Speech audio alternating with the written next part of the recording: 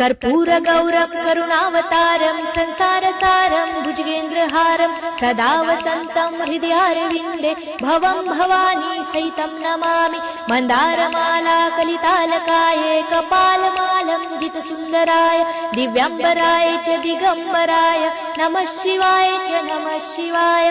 घालीन लोटांगण वंदीन चरण डोळ्यांनी पाहीन रूप तुझे प्रेमे आलिंगन आनंदे पूजन भावे ओवाळीन म्हणे नमा।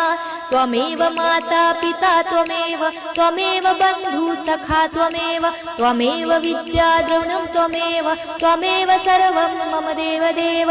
कायेन वाचा मनसेन्द्रियर्वा बुद्ध्यात्मना वा प्रकृति स्वभावात् करोमि यज्ञं सकलं परस्मै नारायणायति समर्पयामि। अच्युतं केशवं राम नारायणं कृष्णदामोदरं वासुदेवं हरे श्रीधरं माधवं गोपिका